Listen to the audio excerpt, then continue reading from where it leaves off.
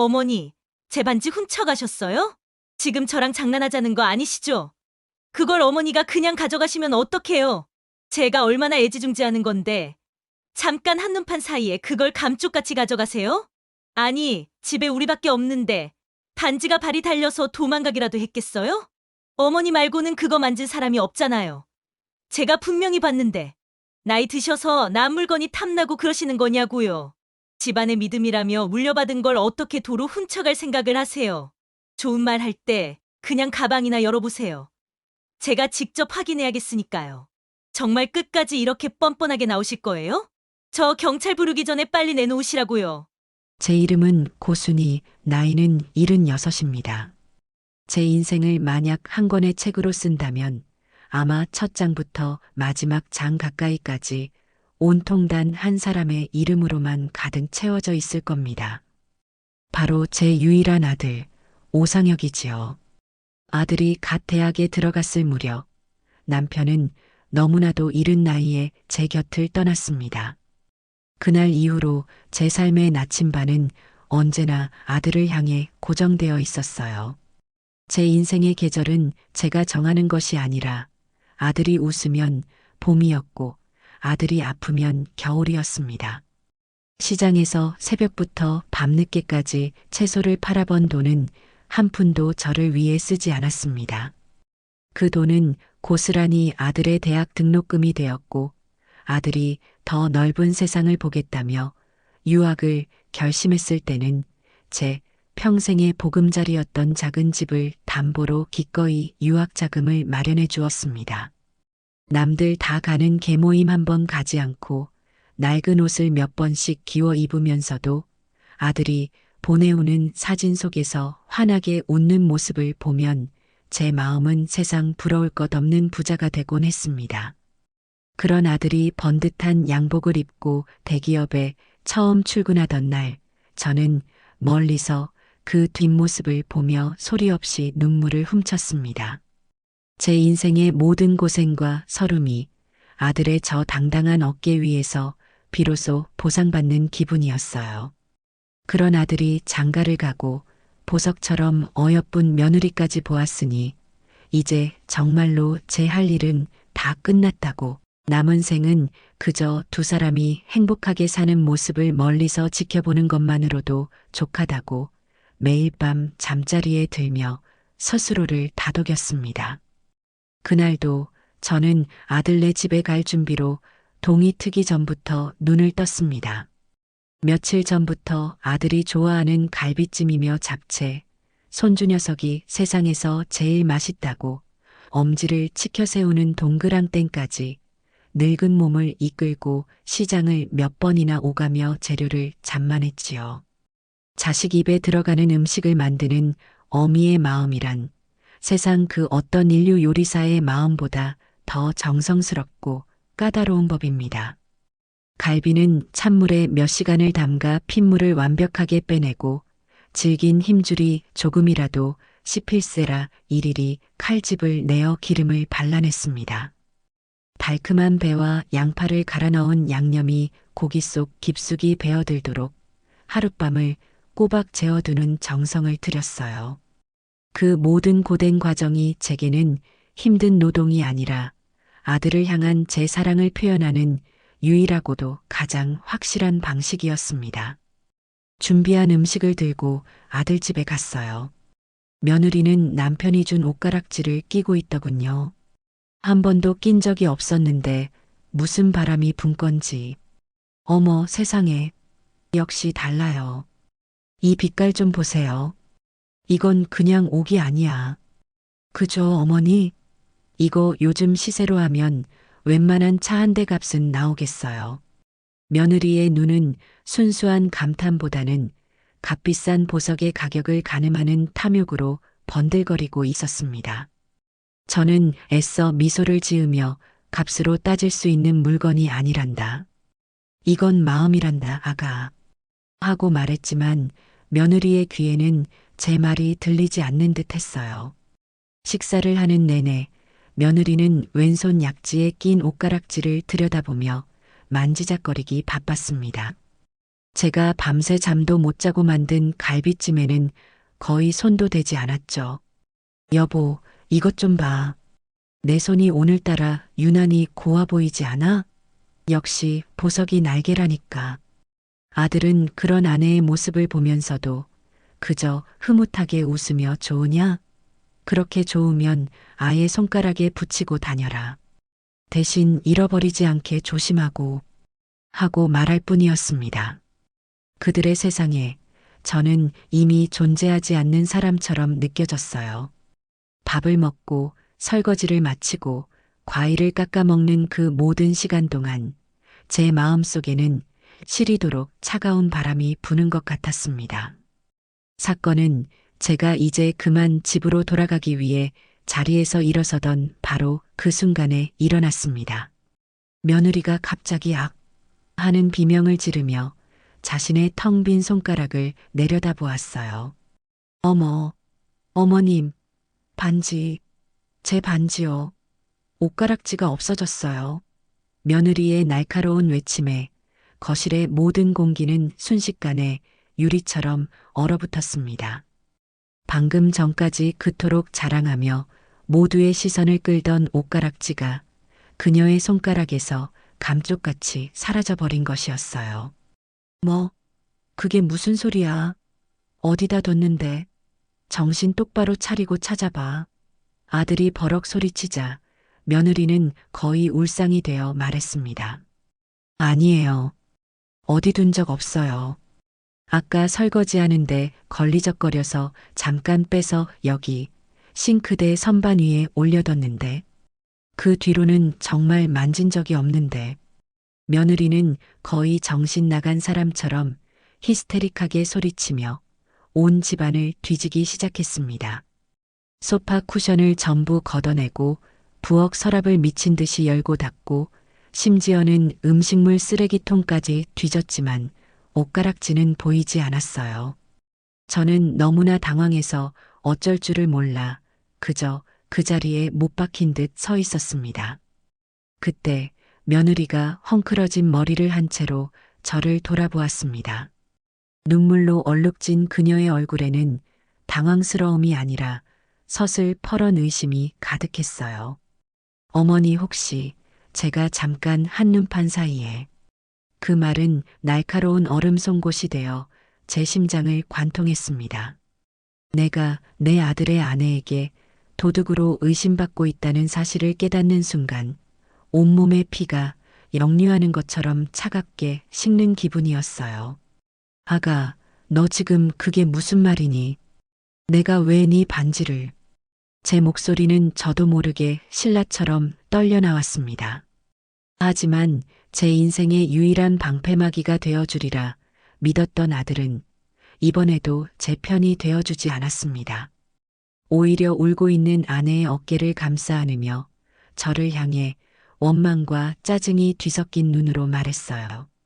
어머니, 정말 못 보셨어요? 지혜가 저렇게 애타게 찾는데 혹시 어디 잘 두신 거 아니에요? 어머니가 잠시 착각하셨을 수도 있잖아요. 연세도 있으시니까. 그 순간 저는 깨달았습니다. 아들에게 저는 더 이상 그의 어머니가 아니라 그의 아내를 울게 만든 치매에 걸린 늙은 골칫덩이일 뿐이라는 것을요. 저는 더 이상 아무런 변명도 하지 않았습니다. 그럴 가치도 그럴 힘도 남아있지 않았어요. 그저 차가운 눈으로 제 인생의 전부였던 아들과 제 믿음을 헌신짝처럼 버린 며느리를 번갈아 쳐다보았어요. 그리고는 아무 말 없이 현관을 향해 뻣뻣하게 굳은 몸을 돌렸어요. 등 뒤로 저를 붙잡는 아들의 다급한 목소리가 들려왔지만 저는 단 한 번도 뒤돌아보지 않았습니다. 76평생 단 한 번도 느껴보지 못했던 치욕과 모멸감을 온몸에 뒤집어 쓴 채 저는 그렇게 도망치듯 그 집을 빠져나왔습니다. 그날 밤 저는 집으로 돌아와 뜬 눈으로 밤을 새웠습니다. 창밖이 희뿌옇게 밝아올 때까지 저는 거실 소파에 미동도 없이 앉아 있었어요. 눈물은 나오지 않았습니다. 슬픔이나 억울함 같은 감정은 너무나 거대하고 처절한 배신감 앞에서 힘을 잃고 쓰러져 버렸습니다. 제 머릿속을 가득 채운 것은 오직 한 가지 생각뿐이었습니다. 이제 정말로 끝이다. 평생을 아들 하나만을 바라보며 아들의 성공이 곧 나의 성공이고 아들의 행복이 곧 나의 행복이라 믿으며 살아온 제 삶이 송두리째 부정당하는 순간이었습니다. 제가 바쳤던 청춘, 제가 쏟아부은 사랑, 제가 감내한 모든 희생이 고작 그깟 옷가락지 하나의 의심 앞에서 가을날의 낙엽처럼 힘없이 바스러져 버렸어요. 아들에게 저는 더 이상 존경하고 사랑하는 어머니가 아니었습니다. 그저 귀찮고 늙고 기억력이 오락가락해서 남의 물건에 손을 대는 짐 덩어리일 뿐이었죠. 아침 해가 거실 깊숙이 들어와 제 눈을 시리게 할 무렵 전화벨이 요란하게 울렸습니다. 화면에 뜬 내 아들이라는 세 글자를 보는 순간 제 안의 마지막 미련이 발버둥 치는 것을 느꼈습니다. 그래도 혹시라도 밤새 반지를 찾았다고 죄송하다고 전화한 것이 아닐까? 하지만 그 헛된 기대는 수화기 너머로 들려온 아들의 첫마디에 산산조각이 났습니다. 어머니, 밤새 생각해 봤는데 아무래도 어머니가 가지고 계신 게 맞는 것 같습니다. 그 목소리에는 일말의 온기나 망설임도 없었습니다. 마치 재판장이 피고에게 판결을 내리듯 차갑고 단호한 음성이었죠. 저는 아무 말도 할 수 없었습니다. 그저 숨막히는 침묵으로 다음 말을 기다릴 뿐이었습니다. 어머니답게 그냥 조용히 끝내시죠. 지혜한테는 제가 잘 말해서 어머니가 잠시 보관하고 계셨던 거라고 하겠습니다.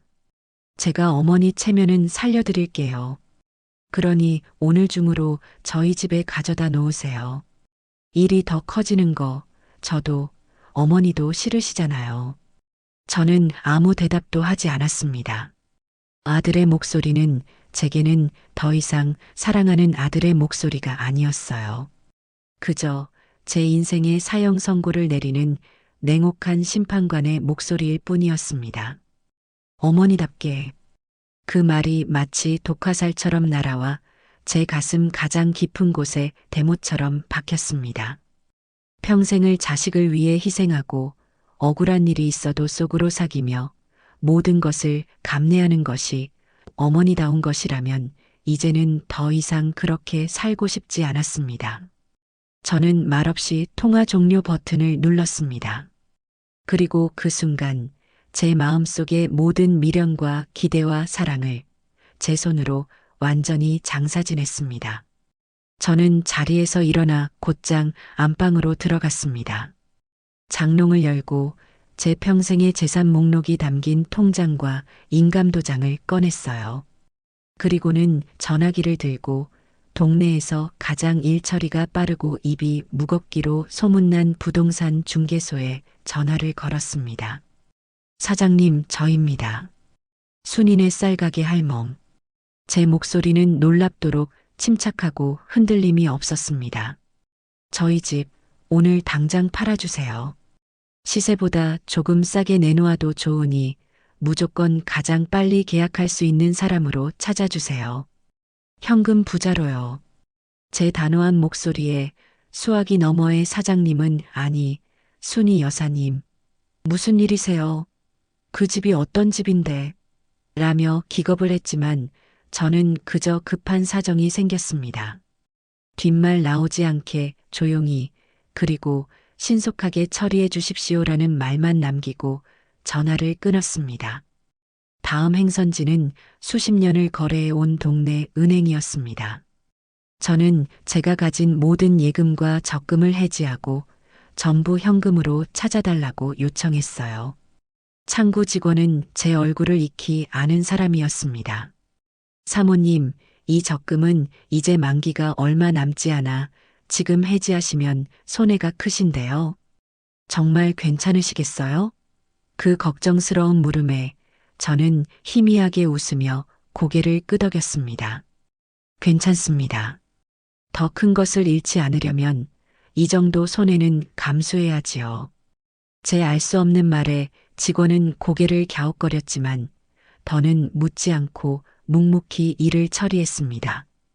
한참을 기다려 두툼한 돈 봉투 몇 개를 건네받았습니다. 평생을 아끼고 모은 제 피와 땀과 눈물이 담긴 돈이었죠. 그 돈을 가방 깊숙이 넣고 저는 은행을 나왔습니다. 그리고는 곧장 한 번도 가본 적 없는 시내의 다른 은행으로 가 아무도 모르는 제 명의의 새 통장을 만들었습니다.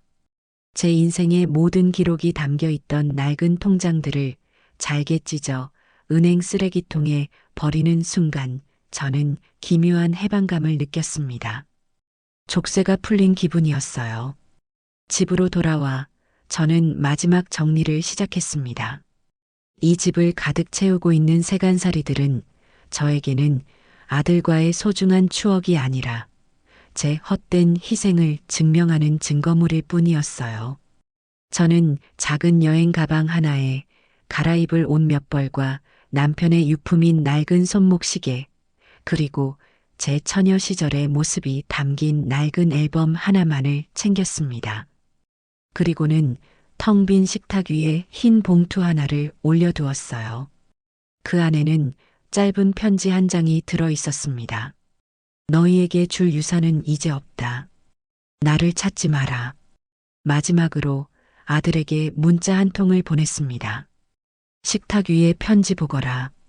전송 버튼을 누른 뒤 저는 망설임 없이 핸드폰의 유심칩을 빼내 단단한 가위로 산산조각 내버렸습니다. 이제 이 세상에 저와 연결될 수 있는 끈은 아무것도 남아있지 않았습니다. 저는 작은 가방 하나만을 든 채 평생을 살아온 나의 집을 나섰습니다. 현관문을 닫고 뒤돌아보지 않았어요. 어디로 가야 할지, 무엇을 해야 할지 아무런 계획도 없었습니다. 그저 이 지긋지긋한 과거로부터 최대한 멀리 떠나야 한다는 생각뿐이었죠. 고속버스 터미널로 향하는 버스에 몸을 싣고 차창 밖으로 빠르게 스쳐 지나가는 익숙한 풍경들을 바라보았습니다. 제 눈에는 눈물 대신 차갑고 단단한 결의가 이글거리고 있었습니다. 제 인생의 일막은 이렇게 끝이 났습니다. 그리고 이제 아무도 예측할 수 없는 제 인생의 이막이 막 시작되려 하고 있었습니다. 서울을 떠나는 버스는 정해진 목적지 없이 그저 남쪽으로 그리고 다시 동쪽으로 향했습니다. 저는 차창에 머리를 기댄 채 멍하니 흘러가는 낯선 풍경들을 바라보았어요. 며칠을 버스와 기차를 갈아타며 정처 없이 떠돌았습니다. 낯선 도시의 허름한 여관에서 쪽잠을 자고 시장 귀퉁이의 작은 식당에서 끼니를 때우며 저는 오롯이 혼자가 되는 법을 치열하게 연습했습니다. 처음에는 낯설고 두려웠습니다. 밤이 되면 문득문득 외로움이 파도처럼 밀려와 저도 모르게 눈물을 훔치기도 했어요. 하지만 시간이 지날수록 제 마음은 놀랍도록 단단하고 평온해졌습니다.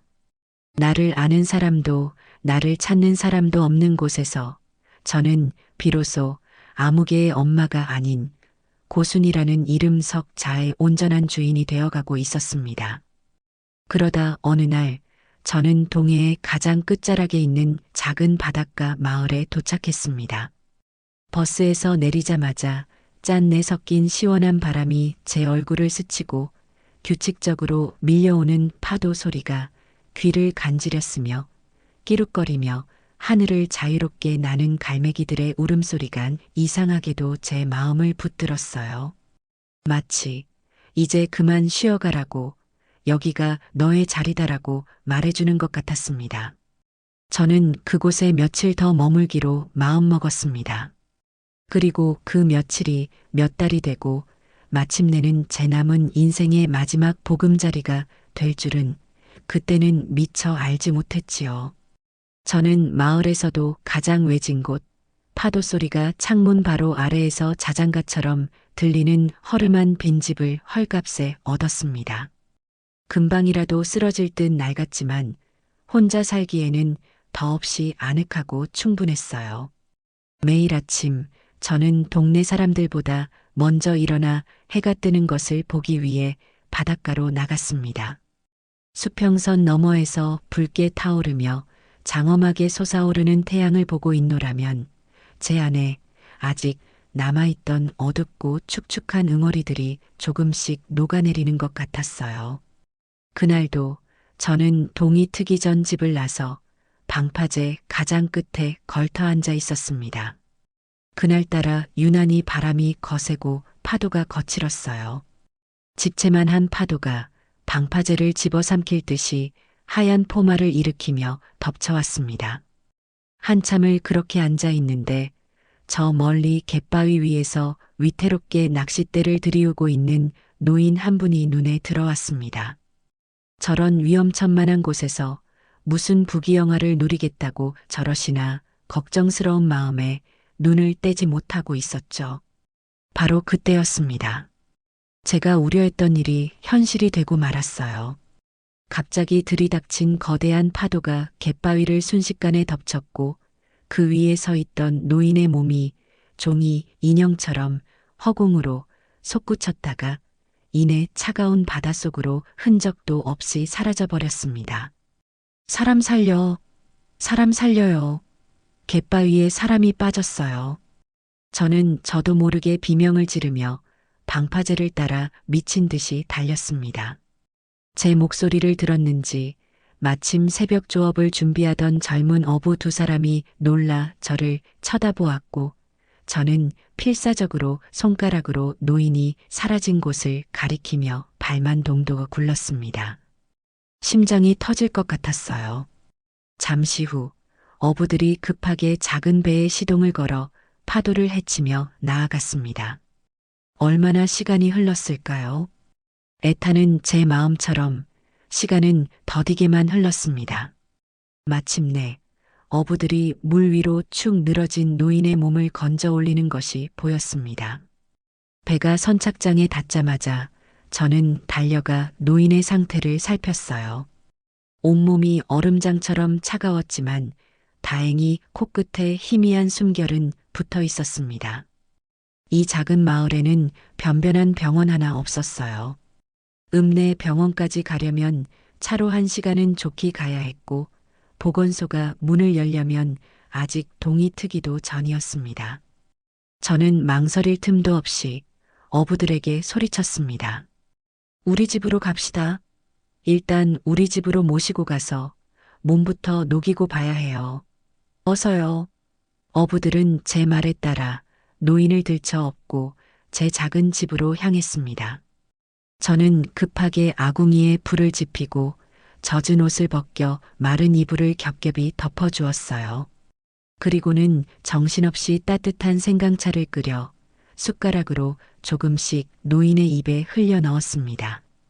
얼마나 시간이 흘렀을까요? 노인이 희미한 소리와 함께 굳게 닫혔던 눈을 천천히 떴습니다.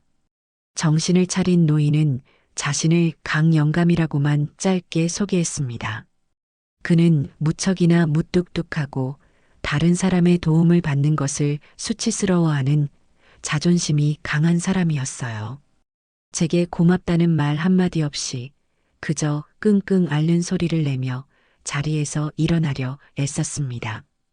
이거 놓으시오. 신세 지는 거 딱 질색이니까. 그의 거친 말투에 저는 퉁명스럽게 쏘아붙였죠. 신세는 무슨 신세. 사람 목숨 구해줬더니 보따리 내놓으라는 소리 하네. 그러다 골병 들어요. 죽이라도 끓여올 테니 얌전히 누워있기나 하세요. 제 타박에 그는 더 이상 아무 말도 하지 못하고 자리에 다시 누웠습니다. 저는 그런 그의 모습이 밉지 않았어요. 오히려 수십 년 전 먼저 세상을 떠난 제 남편의 고집스러운 모습을 보는 것 같아 저도 모르게 피식 웃음이 나왔습니다. 그날부터 저와 강 영감의 기묘한 동거가 시작되었습니다. 강 영감은 며칠을 제 집에 더 머물며 기력을 회복했습니다. 우리는 많은 대화를 나누지 않았어요. 그는 말이 없었고 저 역시 굳이 말을 거는 성격이 아니었으니까요. 그저 함께 밥을 먹고 나란히 툇마루에 앉아 말없이 붉게 물드는 저녁 바다를 바라보는 것이 전부였죠. 하지만 그 편안한 침묵 속에서 우리는 서로가 아주 비슷한 상처와 외로움을 가진 사람이라는 것을 어렴풋이 느낄 수 있었습니다. 어느 날 저녁 제가 끓인 뜨끈한 매운탕에 막걸리를 한 잔 걸친 강 영감이 처음으로 자신의 이야기를 꺼냈습니다. 고 여사, 나는 평생을 일만 하고 살았소. 자식들 남부럽지 않게 키우고 회사도 제법 크게 읽었지. 그런데 늙고 병드니 남는 건 아무것도 없더군. 자식들은 내 재산만 보고 내 옆자리는 텅 비었어. 그래서 다 버리고 여기로 도망쳐 온 거요. 그의 씁쓸한 이야기는 마치 제 이야기를 듣는 것만 같았습니다. 그의 이야기를 들으며 저는 제 이야기를 했습니다. 아들을 위해 내 모든 것을 바쳤던 제 삶과 그 끝에 제게 남겨진 치욕스러운 상처에 대해서요. 우리는 서로의 아픔을 가만히 들어주었고 그것만으로도 세상 가장 큰 위로가 되었습니다. 강 영감은 제 이야기를 다 듣고 나더니 거친 손으로 제 어깨를 툭 치며 말했어요. 고 여사, 당신은 잘못 산 게 아니야. 자식 농사를 잘못 지었을 뿐이지. 그러니 너무 자책하지 마시오. 당신 같은 사람이 행복하게 살아야 세상이 바로 서는 거요. 그 투박하지만 진심 어린 위로 한마디에 저는 결국 그동안 참아왔던 눈물을 터뜨리고 말았습니다. 그러는 사이 세상에서는 제가 까맣게 모르는 일들이 벌어지고 있었습니다. 아들 상혁이는 제가 집을 팔고 사라졌다는 사실을 뒤늦게 알게 되었습니다. 그는 제가 옷가락지와 집한 돈을 들고 잠적했다고 생각하며 저를 향한 분노와 원망을 키워갔어요. 사실 아들은 자신의 야심찬 사업을 확장하기 위해 제가 사는 집을 담보로 거액의 대출을 받을 계획을 세우고 있었습니다. 하지만 제가 먼저 집을 팔아버리면서 그의 모든 계획이 수포로 돌아가 버린 것이었죠. 그는 자신의 실패를 모두 제 탓으로 돌리며 이를 갈고 있었습니다. 저는 그런 사실을 모른 채 바닷가 마을에서의 소박한 행복에 조금씩 젖어들고 있었습니다. 강 영감과 저는 어느새 마을에서 모르는 사람이 없는 단짝이 되어 있었어요. 함께 시장에 가서 장을 보고 함께 작은 텃밭을 가꾸고 함께 낚시를 하며 시간을 보냈습니다. 저는 강 영감에게서 세상 사는 지혜를 배웠고 강 영감은 저를 통해 굳게 닫혔던 마음의 문을 열기 시작했어요. 어느 날 읍내에 나갔다가 신문 가판대 앞에 멈춰 섰습니다. 경제면에 실린 익숙한 얼굴 때문이었어요. 혁신적인 기술로 주목받는 젊은 기업가 오상혁 대표, 제 아들이었습니다. 번지르르한 양복을 입고 수십 명의 직원들 앞에서 자신만만한 미소를 짓고 있는 아들의 사진을 보는 순간 제 심장은 다시 한번 차갑게 식었습니다. 아들은 제가 없어도 저렇게 번듯하게, 행복하게 잘 살고 있었던 겁니다. 저는 신문을 조용히 내려놓고 아무 일 없었다는 듯 강 영감을 향해 돌아섰습니다. 그런 제 모습을 강 영감은 아주 깊고 복잡한 눈빛으로 바라보고 있었어요.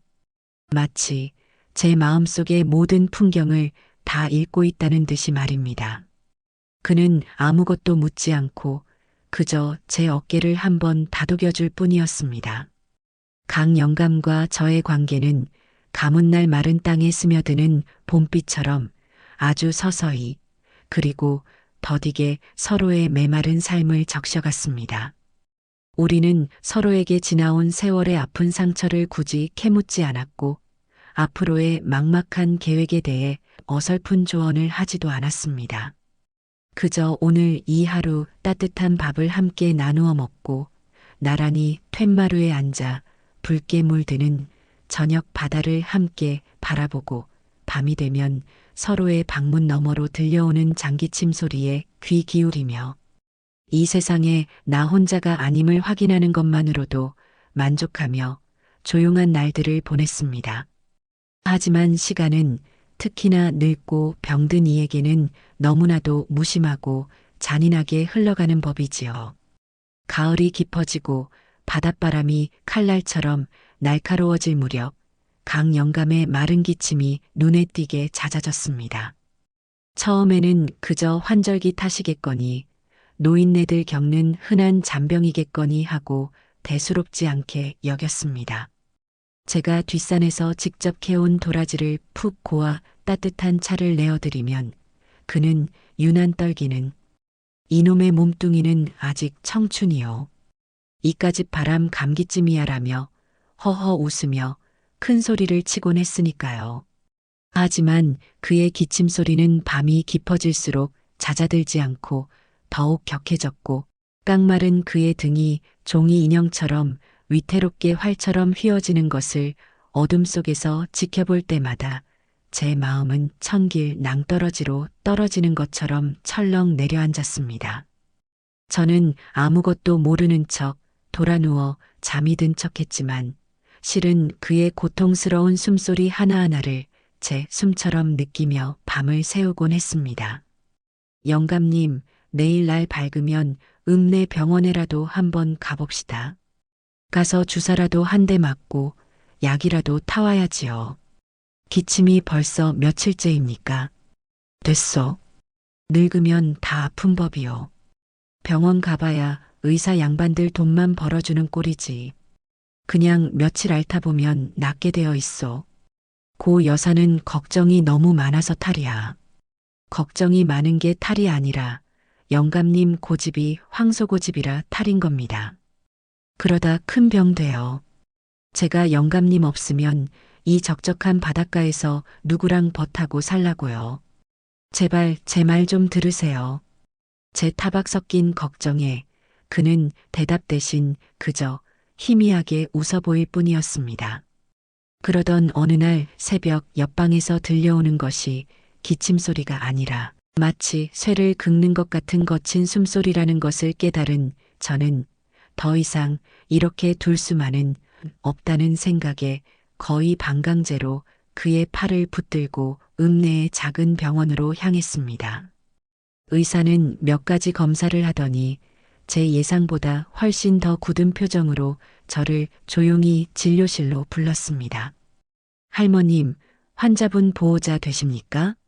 그 당연하면서도 어려운 질문에 저는 선뜻 대답하지 못했습니다.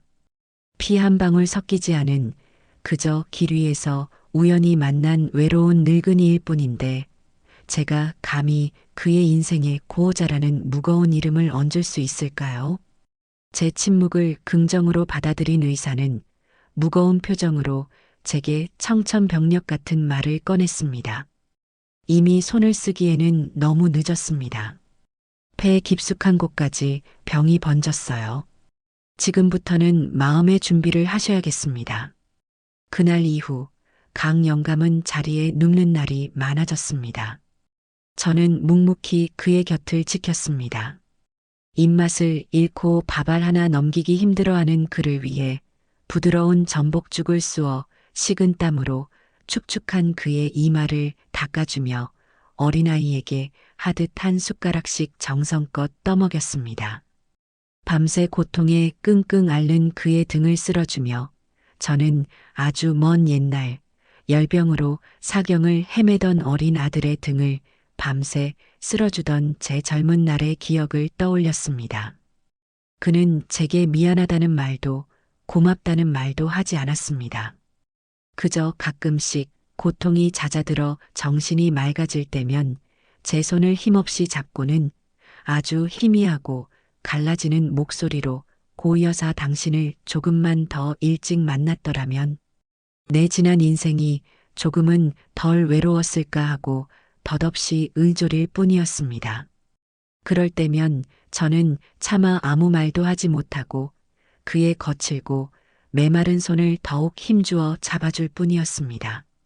영감님, 그런 약한 소리 마세요.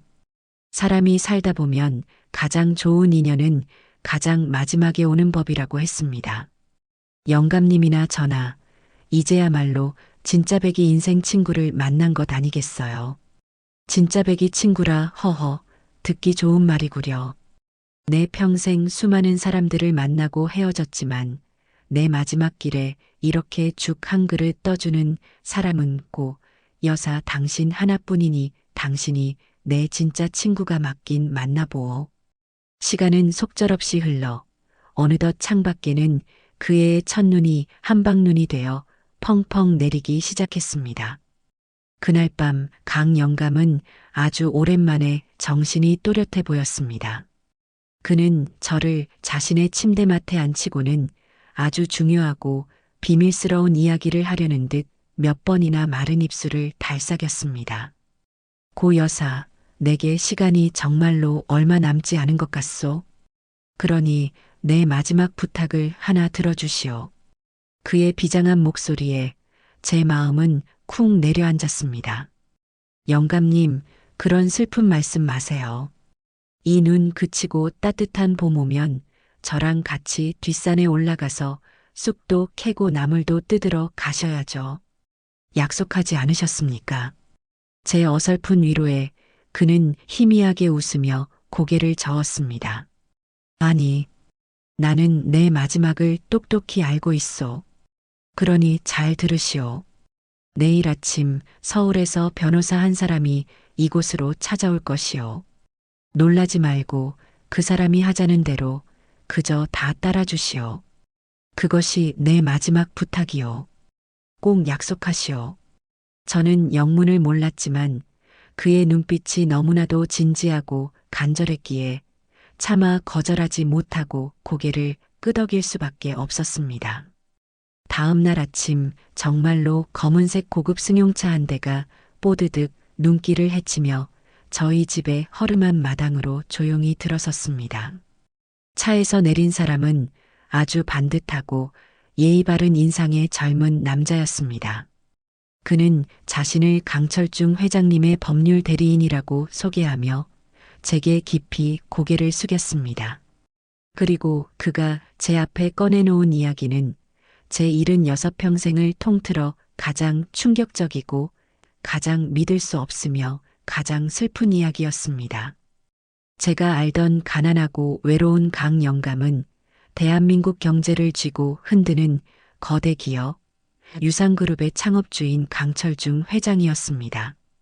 평생을 바쳐 피땀으로 일군 회사를 단 하나뿐인 아들에게 물려주고 쓸쓸히 은퇴한 뒤 신분을 숨긴 채 자신의 마지막 생을 조용히 보내기 위해 이 외딴 바닷가 마을로 내려왔던 것이지요. 하지만 그의 아들은 늙고 병든 아버지의 마지막 길을 지키기는커녕 그의 남은 재산마저 호시탐탐 노리고 있었고 결국 강 회장은 자신의 모든 것을 혈육이 아닌 세상과 완전히 단절된 채 외롭게 죽어가던 자신의 곁을 아무런 대가 없이 지켜준 유일한 사람, 바로 저 고순이에게 남기기로 결심했다는 것이었습니다. 회장님께서는 고순이 여사님을 자신이 하늘에서 받은 마지막 선물이자 유일한 가족이라고 항상 말씀하셨습니다. 그리고 이 모든 것이 여사님께서 지난 세월 동안 묵묵히 베풀어 오신 선량한 삶에 대한 하늘의 정당한 보답일 것이라고도 하셨습니다.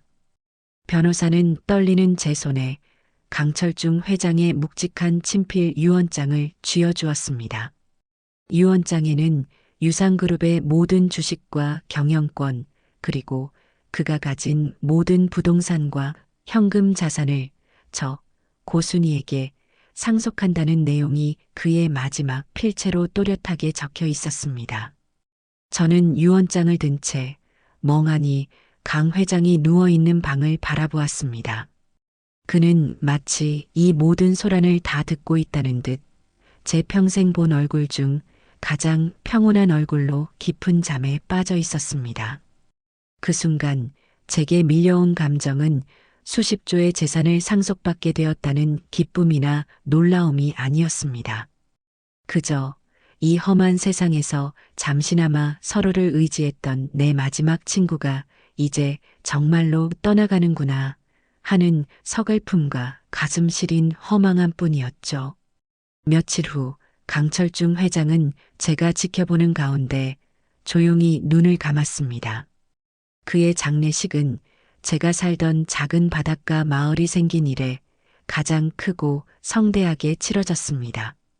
나라의 이름만 대면 알만한 수많은 정재계 인사들이 검은 옷을 입고 이 작은 어촌 마을을 찾았고 그들은 모두 저를 향해 새로운 회장님이라 부르며 깍듯하게 허리를 숙였습니다. 장례식장 한편에서는 강 회장의 아들이라는 자가 이건 무효야. 저 늙은 여자가 우리 아버지를 홀려서 재산을 가로챈 거라고. 라며 고래고래 소리를 지르며 난동을 부렸지만 그 누구도 그의 말에 귀 기울이지 않았습니다. 저는 어리둥절한 슬픔 속에서 이내 마음을 다잡았습니다.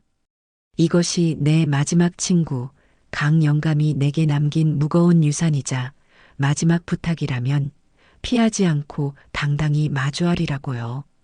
저는 변호사와 강 회장이 생전에 당신의 몸처럼 아끼고 신임했다는 비서실장의 도움을 받아 유상그룹의 새로운 주인이 되기 위한 준비를 시작했습니다. 평생을 시장 좌판과 비좁은 부엌에서만 보낸 제가 하루아침에 수만 명의 직원을 거느린 대기업의 회장이 된 것입니다. 그러는 동안 제가 있던 서울의 아들 내외에게는 차갑고 혹독한 먹구름이 들이오고 있었습니다. 제가 집을 팔고 흔적도 없이 사라지면서 거액의 사업 자금 계획에 큰 차질이 생긴 아들은 결국 넘어서는 안 될 선을 넘고 말았습니다. 단기간에 원금의 3배를 보장한다는 사기꾼의 달콤한 말에 자신의 얼마 남지 않은 전 재산은 물론 아내의 폐물과 처가의 돈까지 몰래 끌어다 쏟아부었던 것이죠. 하지만 그 모든 것이 신기루였다는 것을 깨닫는 데에는 오랜 시간이 걸리지 않았습니다. 투자회사는 하루아침에 공기처럼 사라졌고 아들은 평생을 갚아도 모자랄 빚더미에 올라앉게 되었습니다. 화려했던 강남의 아파트는 물론 그들이 가진 모든 것이 차압당하고 길거리에 나앉을 위기에 처하게 된 것입니다. 저는 그 모든 소식을 비서실장이 매일 아침 결제 서류와 함께 가져다주는 얇은 보고서를 통해 아주 상세하고 또렷하게 전해 듣고 있었습니다. 유상그룹은 긴급 이사회를 열었고 강철중 회장의 유언에 따라 저 고순이를 새로운 회장으로 추대했다는 사실을 언론에 공식적으로 발표했습니다. 대한민국은 그야말로 발칵 뒤집혔습니다. 재벌 총수의 막대한 유산이 피 한 방울 섞이지 않은 이름도 얼굴도 알려지지 않은 시골 할머니에게 돌아갔다는 소식은 그 어떤 드라마보다 더 극적이고 충격적인 화제가 되었지요. 그리고 며칠 후 유상그룹의 공식 회장 취임식이 열렸습니다.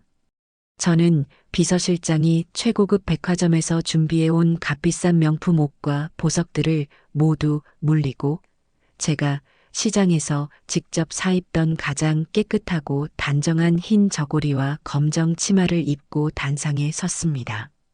수백 개의 카메라 플래시가 쉴 새 없이 터지고 대한민국 전체가 텔레비전 앞에 앉아 숨을 죽이고 저를 주목하고 있었습니다.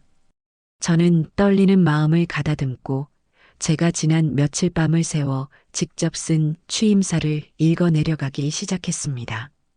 제 이야기는 기업의 거창한 비전이나 경영 전략에 대한 이야기가 아니었습니다.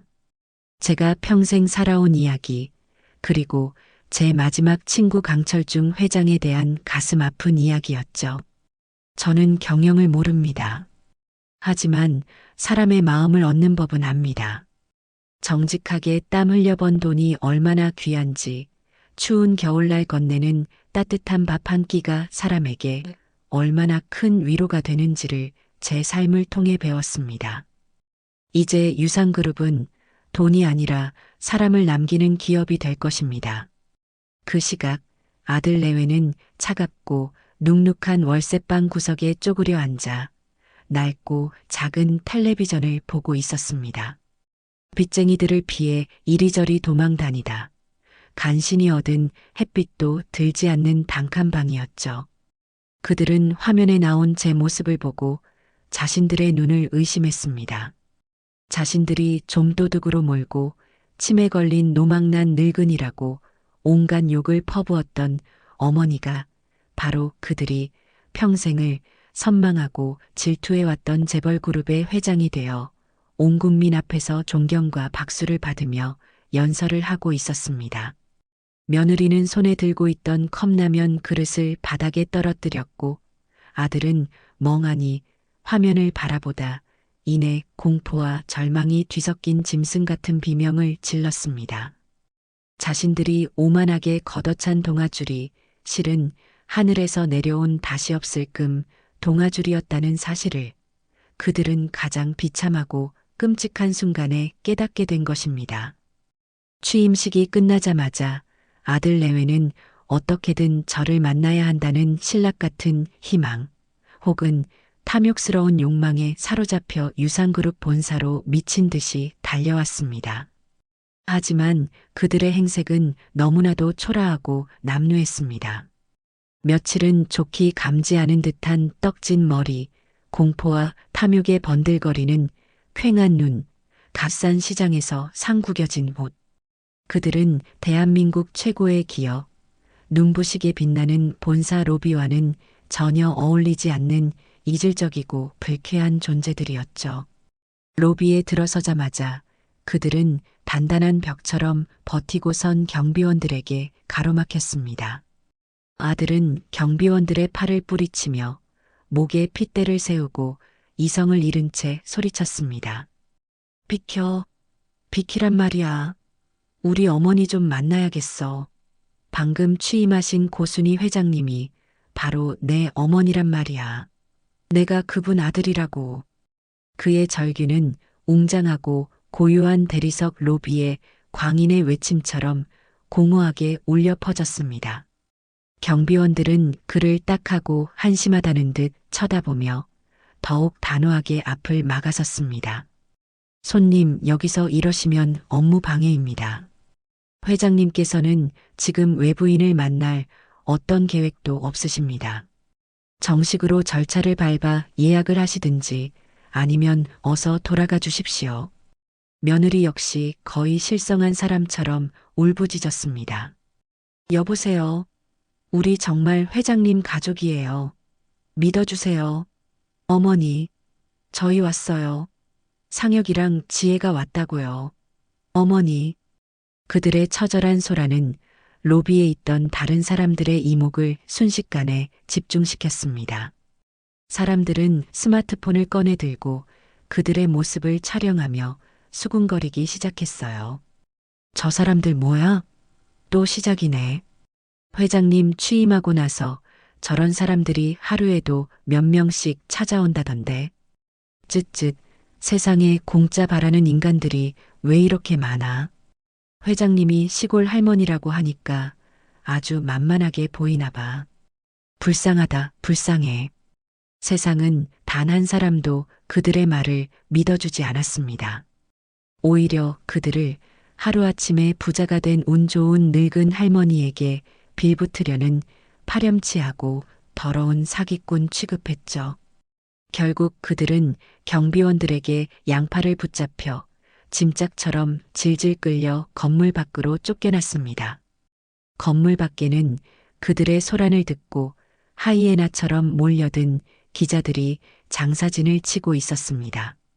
저는 그 모든 상황을 제 집무실의 거대한 통유리창을 통해 마치 먼 나라의 비극을 보듯 말없이 내려다보고 있었습니다.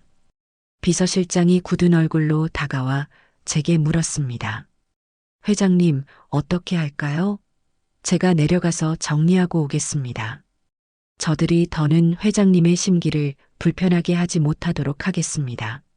저는 천천히 고개를 저었습니다. 아니, 그냥 둬요. 저들이 무슨 말을 하든 무슨 행동을 하든 우리는 아무것도 듣지도 보지도 말하지도 마시오. 제 목소리는 겨울날의 얼음장처럼 차갑고 단호했습니다. 저들은 더 이상 내 가족이 아니오.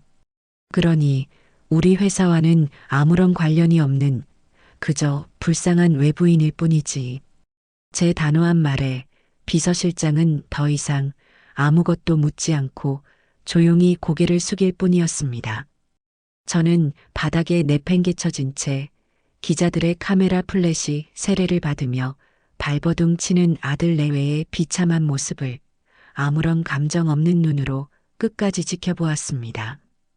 그날 이후 저는 회장으로서의 제 역할에만 온전히 집중했습니다. 강철중 회장이 생전에 가장 중요하게 생각했던 경영 철학, 사람이 곧 기업이다라는 말을 실현하기 위해 가장 먼저 비정규직 직원들을 모두 정규직으로 전환하라는 지시를 내렸습니다. 또한 여성 직원들이 아이 걱정 없이 자신의 능력을 마음껏 펼칠 수 있도록 회사 안에 국내 최대 규모의 사내 어린이집과 수유실을 짓도록 했습니다. 저의 파격적인 행보는 연일 언론의 주목을 받았고 세상은 저를 우리 할머니 같은 회장님, 가장 따뜻한 자본가라 부르며 존경과 사랑을 보내기 시작했습니다. 제 이름 앞에는 늘 국민 어머니라는 영광스러운 수식어가 따라붙었죠. 저는 제게 쏟아지는 과분한 찬사를 묵묵히 받아들이며 제가 있어야 할 자리에서 제가 해야 할 일을 했습니다. 빚쟁이들에게 쫓기며 하루하루를 지옥 속에서 살아가던 며느리는 텔레비전 뉴스에 나올 때마다 국민들의 칭송을 받는 제 모습을 보며 처음으로 자신이 무슨 짓을 했는지, 자신이 어떤 사람을 잃었는지 깨닫고 땅을 치며 오열했습니다. 하지만 후회하기에는 이미 너무 늦어버린 뒤였습니다. 그들이 저에게 저지른 죄의 대가는 이제부터가 진짜 시작일 뿐이었으니까요. 그날 이후 유상그룹이라는 거대한 배의 선장이 된 저는 제게 주어진 무겁고 낯선 키를 굳게 부여잡았습니다. 제 집무실은 대한민국이 한눈에 내려다 보이는 가장 높은 곳에 있었지만 제 시선은 언제나 가장 낮은 곳을 향해 있었습니다. 강철중 회장, 아니 나의 마지막 친구강 영감이 제게 남긴 것은 단순히 셀 수조차 없는 돈과 모두가 우러러보는 명예가 아니었습니다. 그것은 사람을 귀하게 여기는 마음이라는, 돈으로는 결코 살 수 없는 고귀하고 단단한 철학이었습니다. 저는 그의 마지막 유지를 받드는 것을 제 남은 생의 소명으로 삼기로 굳게 결심했습니다. 가장 먼저 한 일은 회사 내의 모든 비정규직, 계약직 직원들을 정규직으로 전환하는 것이었습니다. 제 결정에 평생을 숫자와 효율이라는 잣대로만 세상을 봐온 늙고 노련한 임원들은 마치 나라가 망하기라도 한 것처럼 기겁하며 반대하고 나섰습니다. 긴급 소집된 이사회에서 머리가 희끗희끗하고 안경 너머로 날카로운 눈을 가진 재무 담당 이사라는 사람이 하얀 핏줄이 도단한 손으로 수십 장의 도표와 그래프를 가리키며 열변을 토했습니다. 회장님, 부디 통촉하여 주시옵소서. 회장님의 따뜻한 마음은 10분 이해하오나 기업의 생리는 냉정한 것입니다. 현재 저희 회사의 비정규직 인력은 생산 및 서비스직을 포함하여 전체의 30%에 달합니다. 이들을 모두 정규직으로 전환할 경우 회사가 추가로 부담해야 할 인건비와 사대 보험, 퇴직금 및 각종 복리후생비는 연간 수천억 원에 달합니다. 이 수치는 회사의 영업이익을 심각하게 잠식하여 결국 주주가치의 하락으로 이어지고 장기적으로는 회사의 경쟁력을 갉아먹는 독이 될 것입니다. 회장님, 기업은 자선단체가 아닙니다. 감상으로 회사를 경영할 수는 없는 노릇입니다. 그의 날카로운 목소리에 다른 임원들도 기다렸다는 듯이 저마다 한마디씩 거들며 동조했습니다. 맞습니다, 회장님. 고용의 유연성은 이 변화무쌍한 시대에 기업 경쟁력을 유지하기 위한 필수적인 요소입니다. 필요에 따라 인력을 탄력적으로 운용해야 위기에 대응할 수 있습니다. 회장님의 따뜻한 마음은 저희 모두 존경에 마지 않습니다만 냉정한 현실을 보셔야 합니다. 주주들이 가만히 있지 않을 겁니다. 당장 내일 주가가 폭락할지도 모르는 위험한 결정입니다. 저는 그들의 말을 끝까지 묵묵히 들었습니다. 그들의 눈에는 오직 숫자와 돈, 그리고 자신들의 안위 외에는 아무것도 보이지 않았습니다. 저는 제 앞에 놓인 값비싼 결제 서류 대신 지난 세월의 고생이 고스란히 새겨진 제 손의 깊은 주름을 가만히 내려다보며 조용히 입을 열었습니다. 이사님들 말씀이 다 맞습니다. 저는 평생을 시장 좌판에서 채소와 생선을 팔아 자식을 키운 무식하고 보잘것없는 늙은이라 이사님들이 말씀하시는 그런 어렵고 복잡한 숫자들은 하나도 알지 못합니다. 하지만 제가 평생의 장사 경험을 통해 뼛속 깊이 아는 것이 딱 하나 있습니다. 제 조용하지만 단단한 목소리에 소란스럽고 불안하던 회의실은 순간 찬물을 끼얹은 듯 조용해졌습니다. 모든 임원들의 시선이 제 입으로 향했죠. 장사를 하다 보면 말이요. 그날따라 유난히 물건이 싱싱하고 좋아 보이는데도 손님이 뚝 끊기는 날이 있습니다. 반대로 물건은 평소와 똑같은데도 손님들이 구름처럼 몰려와 없어서 못 파는 날도 있지요. 그 차이가 어디서 오는지 아십니까? 바로 장사꾼의 마음입니다. 집에 우환이 있어 얼굴에 그늘이 가득한 날에는 아무리 좋은 물건을 갖다 놓아도 손님 눈에는 시들하고 값만 비싸 보이고 저울의 눈끝마저 속이는 것처럼 보이는 법입니다. 하지만 마음에 기쁨이 넘쳐 절로 웃음이 나고 콧노래가 나오는 날에는 평범한 무 하나를 팔아도 손님에게는 그것이 세상에서 가장 달고 시원한 보약처럼 느껴지는 법이지요. 사람이란 그런 겁니다. 저는 자리에서 천천히 일어나 회의실의 커다란 창가로 다가가 빌딩 숲으로 가득한 서울의 전경을 내려다보았습니다. 내일 당장 내쫓길지도 모른다는 불안감에 밤잠을 설치는 사람이 어떻게 회사에 대한 깊은 애정을 품을 수 있겠습니까? 어떻게 손님에게 진심이 담긴 따뜻한 미소를 지을 수 있겠냐는 말입니다. 저 아래 개미처럼 바쁘게 움직이는 수많은 사람들이 바로 우리 유상그룹을 먹여 살리는 진짜 주인입니다. 그들의 마음에 그늘이 지면 우리 회사의 미래에도 그늘이 지는 것입니다. 그러니 이건 비용의 문제가 아닙니다. 우리 회사의 미래와 그 미래를 만들어갈 사람의 마음에 대한 가장 확실한 투자입니다. 제가 시장 바닥에서 배운 바로는 사람의 마음에 하는 투자는 절대로 손해보는 법이 없었습니다. 그러니 이 안건은 이사회에서 더 이상 논의하지 않겠습니다. 제 회장 취임 첫 번째 공식 업무 지시입니다. 즉시 시행하세요. 제 단호하고 흔들림 없는 말에 회의실 안에는 무거운 침묵만이 흘렀습니다. 그 누구도 더 이상 감히 토를 달지 못했죠. 그날 이후 유상그룹은 대한민국 최초로 모든 비정규직을 정규직으로 전환한 기업이라는 역사적인 기록을 남기게 되었습니다. 회사의 결정이 알려지자 비정규직 직원들은 사내 게시판과 복도에서 서로를 부둥켜 안고 믿을 수 없다는 듯 눈물을 흘렸고 정규직 직원들은 그런 그들에게 진심 어린 축하의 박수를 보내주었습니다.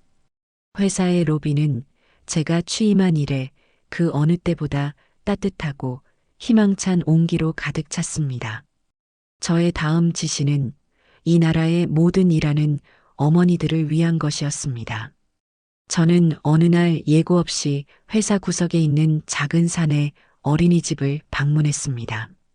비좁고 답답한 공간에 아이들의 숫자보다 턱없이 부족한 선생님들이 지친 얼굴로 동분서주하고 있었어요. 한 젊은 엄마 직원은 짧은 점심시간을 쪼개 헬쑥한 얼굴로 아이에게 젖을 물리며 눈물을 글썽이고 있었습니다. 제가 조용히 다가가자 그녀는 화들짝 놀라며 어쩔 줄을 몰라 했습니다. 회장님 죄송합니다. 아이가 밤새 열이 나서 오늘따라 유난히 엄마를 찾네요.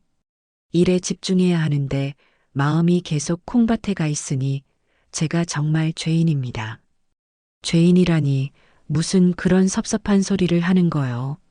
아이를 낳아 기르는 것이 왜 죄가 되어야 합니까? 일하는 여성이 왜 아이에게 항상 미안하고 죄스러운 마음을 가져야 하냐는 말이요. 하지만 회사에 폐를 끼치고 있지 않습니까? 아이가 아프다는 핑계로 조퇴라도 하는 날에는 동료들에게 제 일을 떠넘겨야 하고 인사고과에도 분명 영향이 있을 겁니다. 여자라는 이유로, 엄마라는 이유로 뒤처지고 싶지 않은데 현실은 너무나 힘이 듭니다, 회장님. 그녀의 눈물 섞인 하소연에 제 마음이 미어졌습니다. 저는 그 길로 돌아와 회사 내에서 가장 햇볕이 잘 들고 전망이 좋은 남쪽의 넓은 부지를 손가락으로 가리키며 임원들에게 명령했습니다. 이곳에 우리나라에서 가장 크고 가장 좋은 어린이집을 지으시오.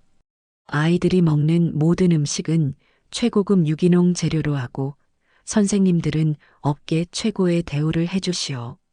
아이들이 교실에 갇혀 지내는 것이 아니라 흙을 밟고 마음껏 뛰놀 수 있는 넓은 잔디밭과 작은 텃밭을 만드시오. 그리고 엄마들이 사무실에서 자기 자리가 어떻게 지내는지 언제든 볼 수 있도록 한쪽 벽면을 전부 투명한 유리벽으로 만드시오. 우리 직원들의 아이들은 곧 우리 유상그룹의 소중한 미래입니다. 그 미래에 투자하는 것을 단 한 푼도 아까워하지 마시오. 저의 파격적인 행보는 연일 언론의 헤드라인을 장식했습니다. 사람들은 저를 우리 할머니 같은 회장님, 가장 따뜻한 자본가라 부르며 존경과 사랑을 보내기 시작했어요. 제 이름 앞에는 늘 국민 어머니라는 영광스러운 수식어가 왕관처럼 따라붙었습니다. 저는 제게 쏟아지는 과분한 찬사를 묵묵히 받아들이며 제가 있어야 할 자리에서 제가 해야 할 일을 했습니다. 그러는 동안 제가 버린 아들 내외는 끝이 보이지 않는 절망의 늪으로 서서히 그리고 깊숙하게 빠져들고 있었습니다. 빚쟁이들에게 쫓기며 하루하루를 지옥 속에서 살아가던 며느리 지혜는 허름하고 지저분한 식당 구석에서 뜨거운 김과 싸우며 설거지 일을 하며 생계를 유지하고 있었습니다. 어느 날 저녁 식당 주방에 기름때 낀 작은 텔레비전에서 저에 대한 특집 다큐멘터리가 나오고 있었어요. 화면 속에서 저는 환하게 웃으며 정규직으로 전환된 직원들의 손을 맞잡고 격려하고 있었습니다. 그 모습을 보던 다른 식당 아주머니들이 감탄하며 말했죠. 아이고, 저 유상그룹 회장님 좀 봐. 정말 천사가 따로 없네. 우리 같은 사람 마음을 어쩜 저렇게 잘 알아주실까. 그러게 말이야. 우리 사장님도 저 회장님 반이반만이라도 닮았으면 내가 평생 여기서 일하겠다. 저런 분 밑에서 일하는 사람들은 얼마나 행복할까. 정말 부럽다, 부러워. 지혜는 그 칭찬과 부러움 섞인 말들을 들으며 더러운 그릇들 사이로 얼굴을 파묻었습니다. 뜨거운 눈물이 퐁퐁 솟아 음식물 찌꺼기가 가득한 구정물 속으로 쉴 새 없이 섞여 들어갔습니다. 자신도 한때는 저 위대하고 따뜻한 분의 하나뿐인 며느리였다는 사실, 저 모든 영광과 존경을 바로 곁에서 당연하게 누릴 수 있었다는 사실이 수천 개의 바늘이 되어 온몸을 찌르는 듯한 고통으로 다가왔습니다. 자신이 오만하게 걷어찬 것이 단순한 옷가락지가 아니라 자신의 구원이자 인생 전체였다는 것을 그녀는 가장 비참하고 더러운 곳에서 비로소 깨닫고 있었습니다. 후회는 언제나 가장 늦게 그리고 가장 아프게 찾아오는 법이니까요. 그녀는 끓어오르는 설움에 그만 손에 들고 있던 그릇을 놓쳤고 바닥에 떨어진 그릇은 그녀의 마음처럼 산산조각이 났습니다. 그리고 기다렸다는 듯 식당 주인의 날카로운 욕설이 그녀의 등 뒤에 비수처럼 꽂혔습니다. 결국 모든 것을 잃은 아들은 단 한 번도 해본 적 없는 육체 노동을 하기 위해 매일 새벽 어둠을 뚫고 인력 시장으로 나섰습니다. 그가 평생을 경멸하고 무시했던 거칠고 무식한 노동자들 틈에 끼어 그날그날의 일거리를 배정받는 신세가 된 것이었죠. 그의 첫 일거리는 아찔한 높이의 고층 빌딩 건설 현장에서 무거운 시멘트 포대를 나르는 일이었습니다. 평생을 책상에 앉아 펜대만 굴리며 살아온 그의 희고 부드러웠던 손은 단 몇 시간 만에 거친 시멘트 가루에 쓸려 껍질이 벗겨지고 군데군데 피가 맺혔습니다. 아침나절이 지나기도 전에 온몸의 뼈마디는 비명을 질렀고 숨은 턱까지 차올라 금방이라도 쓰러질 것만 같았습니다. 점심시간이 되어 다른 인부들과 함께 공사장 바닥에 쭈그려 앉아 차갑고 딱딱하게 식은 도시락을 꾸역꾸역 입안으로 밀어 넣었습니다. 맞은편에 앉은 그의 아버지 뻘은 되어 보이는 늙은 인부가 안쓰럽다는 듯이 말을 걸어왔습니다. 젊은 양반, 이런 일은 영 처음인가 봐? 얼굴이 백지장처럼 허옇게 질렸네 그려. 힘들지? 젊다고 너무 용쓰지 마. 이런 일은 힘으로 하는 게 아니라 요령으로 버티는 거요. 괜찮습니다. 괜찮기는 뭐가 괜찮아. 다 죽어가는 목소리로. 쯧쯧, 딱 보니 어디서 글줄이나 읽다가 사업이라도 말아먹은 모양이구먼. 어쩌겠어. 다 팔자소간이지. 자, 이거라도 먹고 기운내. 힘들수록 잘 먹어야 혀. 그래야 버티지. 오늘 하루도 아직 반이나 남았잖소. 인부는 껄껄 웃으며 제 도시락 뚜껑에 있던 까맣고 짜조름한 계란 장조림 하나를 아들의 밥 위에 툭 올려주었습니다. 아들은 그 까만 장조림을 보는 순간 목구멍까지 뜨거운 것이 치밀어 오르는 것을 느꼈습니다. 어릴 적 제가 늘 그의 도시락 반찬으로 싸주던 세상에서 가장 좋아하던 바로 그 장조림이었습니다. 세상에서 가장 귀한 대접만 받으며 살아온 자신이 이제는 이름도 모르는 늙은 노동자에게 동정을 받으며 반찬 하나를 얻어먹는 신세가 되었다는 사실이 너무나도 처참하고 비참했습니다. 그는 몰래 고개를 돌려 뜨거운 눈물을 훔쳤습니다. 땀인지 눈물인지 모를 짠맛이 입안의 밥알과 뒤섞여 도저히 삼킬 수가 없었습니다. 그날 밤 아들과 며느리는 지친 몸을 이끌고 곰팡내 나는 어둡고 차가운 단칸방으로 돌아왔습니다. 두 사람은 너무나 지쳐 서로를 원망할 기력조차 남아있지 않았습니다. 그저 방구석에 마주보고 앉아 말없이 서로의 초라하고 낯선 행색을 바라볼 뿐이었죠. 아들의 손은 온통 물집이 터져 엉망이었고 며느리의 뺨은 시퍼렇게 멍들어 있었습니다. 그들은 서로의 눈에서 끝이 보이지 않는 처절한 후회와 깊은 절망을 읽었습니다. 얼마 후 아들은 월급날이라며 땀과 먼지로 얼룩진 얇은 봉투 하나를 아내에게 내밀었습니다. 그 안에는 그가 열흘 동안 뼈 빠지게 일하고 받은 고작 몇십만 원의 돈이 들어 있었죠. 그 돈을 받아든 며느리는 갑자기 아이처럼 서럽게 울기 시작했습니다. 그 돈은 그녀가 예전에 아무 생각 없이 샀던 명품 가방의 손잡이 값도 되지 않는 너무나도 작고 초라한 돈이었습니다. 하지만 이제는 그 돈이 없으면 당장 내일 먹을 쌀도 아이의 분유도 살 수 없는 것이 그들의 냉혹한 현실이었습니다. 며칠을 끙끙 앓던 아들이 어느 날 새벽 홀린 듯이 집을 나섰습니다. 그는 버스를 타고 한때 제가 살았던 동네, 그가 태어나고 자랐던 동네로 향했습니다. 하지만 그가 기억하던 따뜻했던 동네는 이제 그곳에 없었습니다. 제가 살던 낡은 기와집은 이미 흔적도 없이 사라졌고 그 자리에는 차갑고 번쩍이는 최신식 빌라가 하늘을 향해 낯설게 솟아 있었습니다. 제가 매일 아침 쓸고 닦던 정든 골목길도 손주 녀석과 함께 웃으며 그네를 타던 낡은 놀이터도 모두 사라지고 없었어요. 모든 것이 변했지만 단 하나 제가 아들의 손을 잡고 그의 이름표를 달아주며 심었던 늙은 감나무만이 그 자리를 묵묵히 지키고 있었습니다. 아들은 그 감나무 아래에 주저앉아 마른 땅을 치며 통곡했습니다. 어머니, 제가 잘못했어요. 제가 정말 모든 것을 잘못했어요.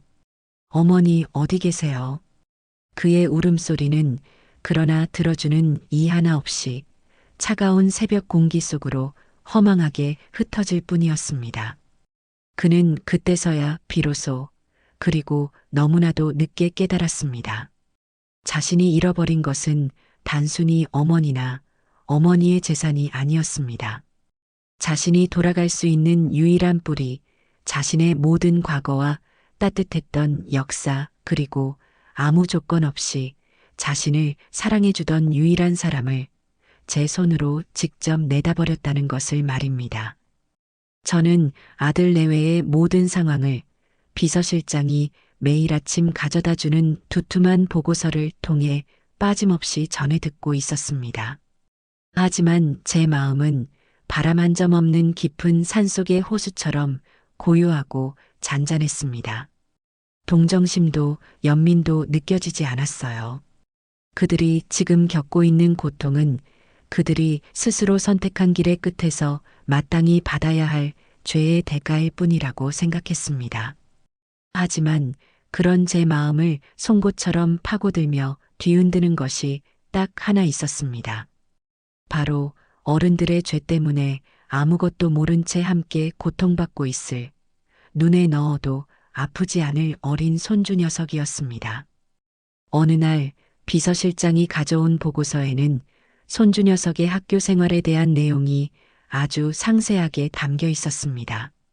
최근 교우 관계에 어려움을 겪고 있으며 급식비를 제때 내지 못하고 준비물을 제대로 챙겨오지 못하는 날이 많아 아이들 사이에서 따돌림의 대상이 되고 있는 것으로 보임.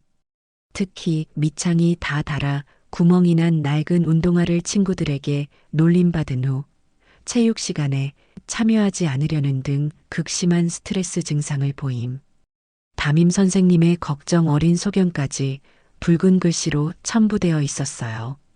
그 글을 읽는 순간 제 심장이 쿵 하고 바닥으로 떨어지는 것 같았습니다. 어른들의 죄 때문에 왜 저 여린 아이가 고통의 무게를 짊어져야 한단 말입니까?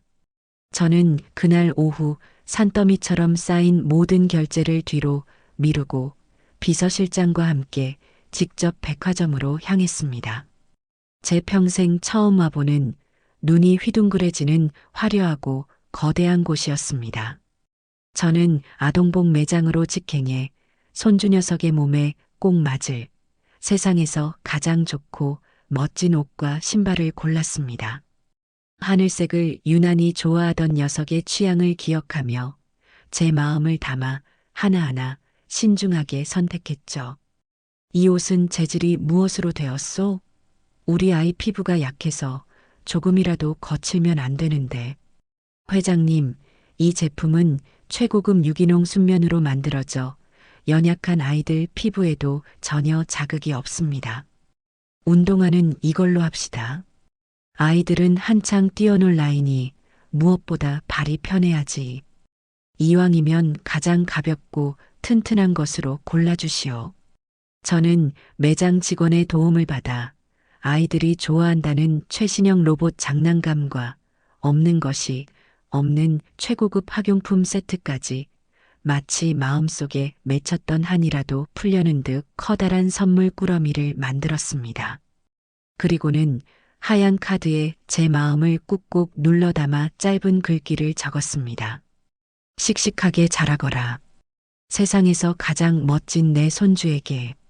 저는 이 선물을 제 이름이 아닌 키다리 할아버지라는 익명으로 손주의 학교 앞으로 보내도록 지시했습니다. 며칠 후 비서실장은 제게 사진 몇 장을 보여주었습니다.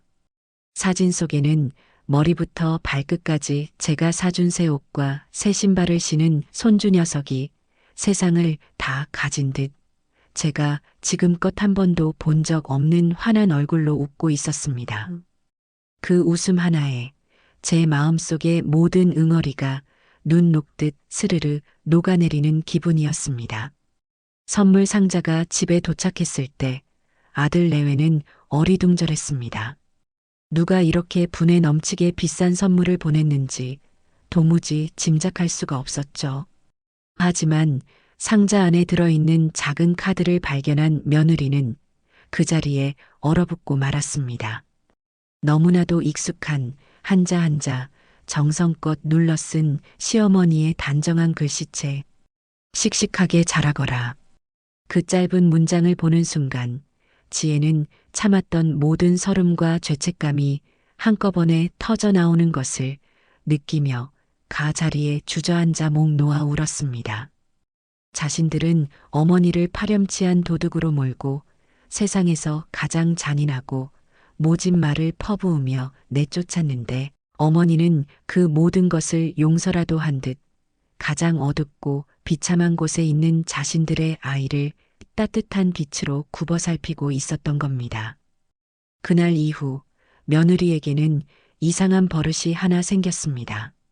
그녀는 매일 새벽 동이 트기도 전에 일어나 그날 식당에서 허드렛 일을 하고 받은 푼돈을 쪼개 가장 신선한 재료를 사와 정성껏 밥과 국을 끓였습니다. 그리고는 이른 아침 첫 차를 타고 유상그룹 본사 건물 앞으로 향했죠. 그녀는 차마 건물 안으로 들어가지 못하고 정문 앞 경비실에 조용히 보온 도시락을 맡기며 말했습니다. 저 이걸 회장님께 전해주세요. 누구시라고 전해드릴까요? 아닙니다.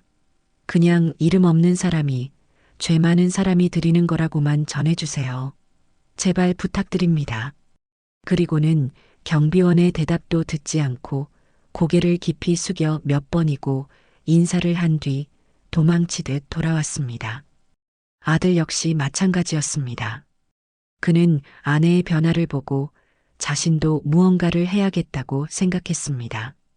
그날부터 그는 매일 밤 고된 노동을 마치고 돌아오는 길에 유상그룹 본사 건물을 찾아왔습니다. 그는 건물 주변을 맴돌다 인적이 드문 서쪽 담벼락 아래 자신의 어머니가 계실 집무실이 아득하게 올려다 보이는 곳에 멈춰 섰습니다. 그리고는 흙먼지가 가득한 작업복 차림 그대로 차가운 아스팔트 바닥에 무릎을 꿇고 이마가 땅에 닿도록 깊은 절을 올렸습니다. 하루의 고단함과 어머니에 대한 죄송함과 그럼에도 불구하고 살아내야 하는 자신의 처지를 담은 처절하고도 간절한 속죄의 절이었습니다. 그는 절을 마치고 그날 번 일당이 담긴 낡고 더러운 봉투를 담벼락 아래 조용히 내려놓고 돌아갔습니다. 저는 그 모든 사실을 비서실장이 보여주는 CCTV 영상을 통해 매일 밤 말없이 지켜보고 있었습니다. 영상 속에서 제 며느리는 하루가 다르게 야위어 갔고 제 아들의 등은 세상의 모든 무게를 짊어진 듯 한없이 굽어 있었습니다. 그들의 처절한 속죄의 몸짓을 보며 제 마음속에 단단했던 얼음벽에도 아주 작은 균열이 생기기 시작하고 있었습니다. 아직은 용서라고 말할 수 없는 그러나 미움만은 아닌 아주 작고 희미한 불씨였습니다. 그들의 처절한 속죄를 담은 영상은 그 후로도 매일 밤낮으로 제 책상 위에 올라왔습니다. 며느리는 비가 오나 눈이 오나 하루도 거르지 않고 새벽 첫 차를 타고 와 식어 빠진 도시락 하나를 경비실에 맡기고는 쫓기듯 사라졌습니다. 아들 녀석은 매일 밤 아무도 없는 칠흑 같은 어둠 속에서 제가 있는지도 모를 아득한 건물을 향해 이마가 땅에 닿도록 절을 올렸습니다. 그들의 행동에는 어떠한 계산이나 과시도 없었습니다. 그저 어떻게든 자신들의 죄를 씻어내고 싶다는 짐승의 울음과도 같은 처절한 몸부림만이 담겨 있었지요. 저는 그들의 모습을 보며 마음속에서 차가운 미움과 뜨거운 연민이 뒤섞이는 것을 느꼈습니다. 하지만 동정심만으로 그들을 다시 받아들일 수는 없었습니다. 그들이 배워야 할 것은 단순히 잘못을 뉘우치는 반성이 아니었습니다. 자신의 힘으로 정직하게 일어서는 자립과 타인의 희생 없이 스스로의 삶을 책임지는 존엄이었습니다. 저는 비서실장을 불러 제 마지막 시험을 준비하라고 지시했습니다. 최 실장, 그 아이들에게 연락하세요.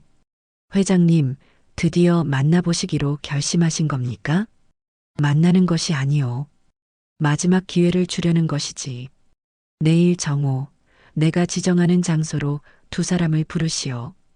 그리고 이것이 그들의 인생을 결정할 마지막 기회가 될 것이라고 단단히 일러두시오. 다음 날 아들 내외는 제가 지정한 변호사 사무실의 작은 회의실에 약속 시간보다 1시간이나 먼저 와 있었습니다. 며칠 밤을 굶은 사람들처럼 얼굴은 헬쑥했고 눈은 겁에 질린 사슴처럼 불안하게 흔들리고 있었지요. 제가 회의실 문을 열고 들어서는 순간 두 사람은 마치 약속이라도 한 듯 그 자리에 무너져 내리며 무릎을 꿇었습니다. 어머니, 저희가 죽을 죄를 지었습니다. 제발 저희를 용서해 주십시오. 어머니, 제가 다 잘못했어요. 제가 잠시 눈이 멀어서 어머니께 그런 끔찍한 짓을 평생 속죄하며 살겠습니다. 제발. 두 사람은 바닥에 이마를 대고 아이처럼 목 놓아 울며 용서를 빌었습니다. 하지만 제 마음은 잔잔한 호수처럼 아무런 동요도 없었습니다. 저는 차갑고 무거운 눈으로 그들을 내려다보며 나지막이 말했습니다. 일어나거라. 너희의 눈물은 너희의 죄를 씻어주지 못한다. 그저 이 비싼 사무실 바닥만 더럽힐 뿐이지. 제 얼음장 같은 목소리에 두 사람은 울음소리마저 삼킨 채 서로를 부축하며 간신히 자리에서 일어났습니다. 저는 맞은편 의자에 앉아 준비해온 서류 한 뭉치를 테이블 위로 밀었습니다. 이것이 내가 너희에게 주는 마지막 기회다. 서류의 첫 장에는 낡고 허름한 바닷가 식당의 사진이 박혀 있었습니다. 제가 한때 잠시 머물렀던 바로 그 동해의 작은 마을에 있는 지금은 폐허나 다름없이 버려진 낡은 건물이었습니다. 이 식당을 너희에게 주겠다. 아니, 빌려주는 것이다. 앞으로 꼭 1년, 오늘부터 딱 1년의 시간을 주겠다. 이 1년 동안 너희 두 사람의 힘만으로 이 식당을 일으켜 세워 스스로의 밥벌이를 할 수 있음을 증명해 보여라. 단 몇 가지 조건이 있다. 저는 서류를 한 장씩 넘기며 제가 내건 조건들을 하나하나 읽어 내려갔습니다. 첫째, 유상그룹의 지원은 단 한 푼도 없을 것. 둘째, 나의 아들, 며느리라는 사실을 그 누구에게도 발설하지 말 것. 셋째, 무슨 일이 있어도 1년 동안은 절대로 그곳을 떠나지 말 것. 그리고 마지막으로 단 한 번도 나를 찾아오거나 연락하지 말 것. 만약 이 조건들을 모두 지키고 1년 후에 내가 찾아갔을 때 너희가 정직한 땀으로 당당하게 서 있는 모습을 보여준다면 그때 너희를 다시 보겠다. 하지만 만약 이 약속을 어기거나 중간에 포기해버린다면 그때는 정말로 너희와 나의 인연은 이 생에서 완전히 끝나는 것이다. 알아들었느냐? 아들과 며느리는 아무 말도 하지 못하고 그저 넋이 나간 얼굴로 저를 바라보았습니다. 그들의 눈에는 절망과 함께 이것이 정말 마지막 기회라는 처절한 희망이 뒤섞여 있었습니다. 잠시 후 아들이 떨리는 목소리로 입을 열었습니다. 어머니, 저희가 할 수 있을까요? 그건 내가 아니라 너희 스스로에게 물어야 할 질문이다. 너희 안에 아직 사람의 마음이 남아있는지, 스스로의 힘으로 일어설 용기가 있는지, 그 답은 너희의 일년이 보여주겠지. 저는 그 말을 끝으로 자리에서 일어났습니다. 그리고는 회의실을 나가기 전 마지막으로 한마디를 덧붙였습니다. 아, 그리고 너희가 잃어버렸던 그 옷가락지는 내가 되찾아왔다. 너희가 진정한 사람이 되는 그날 다시 돌려주마. 그 말에 며느리는 다시 한번 바닥에 주저앉아 오열했습니다. 저는 더 이상 뒤돌아보지 않고 회의실을 빠져나왔습니다. 이제 주사위는 던져졌습니다. 그들이 스스로를 구원할지 아니면 영원한 나락으로 떨어질지는 오롯이 그들의 몫으로 남겨졌습니다. 그렇게 아들 내외의 길고도 혹독한 시험이 시작되었습니다. 제가 비서실장을 통해 받은 첫 보고서는 한 장의 사진과 짧은 글로 이루어져 있었습니다. 사진 속에는 잡초가 무성하게 자란 마당과 창문이 깨지고 페인트가 다 벗겨진 금방이라도 무너져 내릴 듯한 식당 건물이 을씨년스럽게 서 있었죠. 보고서에는 대상자들이 큰 충격을 받은 듯 한동안 건물 앞에서 망연자실한 모습을 보였음이라고 적혀 있었습니다. 저는 그 보고를 받으며 아무런 감정도 느끼지 않으려 애썼습니다. 이것은 동정이 필요한 일이 아니라 그들이 반드시 거쳐야 할 과정이었으니까요. 봄이었습니다. 아들 내외는 그들이 가진 얼마 안 되는 돈을 전부 털어 식당을 수리하기 시작했습니다. 평생을 사무실과 백화점에서만 살았던 그들에게 망치를 들고 톱질을 하는 것은 고문이나 다름없었을 겁니다. 첫 보고서에 첨부된 사진 속 아들의 손은 온통 물집이 잡히고 피가 맺혀 있었습니다. 며느리는 허름한 몸빼 바지를 입고 머리에 수건을 질끈 동여맨 채 쉴 새 없이 건물 안팎의 쓰레기를 치우고 거미줄을 걷어내고 있었습니다. 그들은 자주 다투었다고 합니다. 여보, 이것 좀 같이 들어줘요. 나 혼자서는 도저히 못하겠어. 나도 지금 지붕에서 물 새는 거 맡고 있잖아. 당신은 손이 없어, 발이 없어. 그것 하나 못해? 내가 언제 이런 일을 해봤어야 알죠. 매일 먼지 구덩이에서 이게 무슨 고생이냐고요. 차라리 그냥 다 포기하고 어머니께 가서 비는 게 낫지 않겠어요? 닥쳐. 어머니가 어떤 분인데 그런 소리를 해. 이게 우리에게 주신 마지막 기회야. 여기서 무너지면 우린 정말 끝이라고. 그들의 싸움과 눈물, 그리고 고된 노동의 시간들이 매주 두툼한 보고서가 되어 제게 배달되었습니다. 저는 그 보고서들을 마치 매일 신문을 읽듯 덤덤하게 읽어 내려갔습니다. 여름이 되자 식당은 겨우 장사를 시작할 수 있을 만큼의 모습을 갖추게 되었습니다. 바다 식당이라는 소박하고 정직한 간판이 내걸렸죠. 하지만 그들의 시련은 이제부터가 진짜 시작이었습니다. 외진 곳에 있는 허름한 식당에 찾아오는 손님은 단 한 사람도 없었습니다. 며느리는 밤을 새워가며 제가 예전에 가르쳐 주었던 음식들을 떠올리며 메뉴를 개발했지만 그 음식을 맛봐줄 사람이 없었습니다. 아들은 매일 아침 인근 항구에 나가 가장 싱싱한 생선을 떼어왔지만 그 생선들은 팔리지 못한 채 저녁이면 모두 버려졌습니다. 여보, 오늘도 손님이 한 명도 없었어요. 우리 이러다 정말 굶어 죽는 거 아니에요? 조금만 더 버텨봅시다. 분명히 방법이 있을 거야. 그들은 좌절하고 절망하고 서로를 원망하며 수없이 포기하려 했습니다. 하지만 그럴 때마다 그들을 붙잡은 것은 서울에 두고 온 어린 아들과 언젠가 자신들을 찾아올지도 모른다는 마지막 희망, 바로 저에 대한 기억이었습니다. 가을이었습니다. 기적은 가장 예상치 못한 순간에 찾아왔습니다. 그날은 마을 전체를 집어삼킬 듯한 거대한 태풍이 몰아치던 밤이었습니다. 전기가 끊기고 전화도 불통이 되었죠. 아들 내외는 낡은 식당 안에서 서로의 어깨에 기댄 채 뜬 눈으로 밤을 새우고 있었습니다. 바로 그때 누군가 식당 문을 미친 듯이 두드렸습니다. 문을 열어보니 비에 흠뻑 젖은 마을의 젊은 어부 하나가 거의 울상이 되어 서 있었습니다. 그의 늙은 아버지가 태풍에 대비해 배를 묶어들어 나갔다가 그만 발을 헛디뎌 방파제 아래로 떨어졌다는 것이었습니다. 아들은 단 1초도 망설이지 않았습니다. 그는 식당을 뛰쳐나가 칠흑 같은 어둠과 폭우를 뚫고 미친 듯이 항구로 달려갔습니다. 그리고는 성난 파도가 몰아치는 바다로 자신의 몸을 던졌습니다.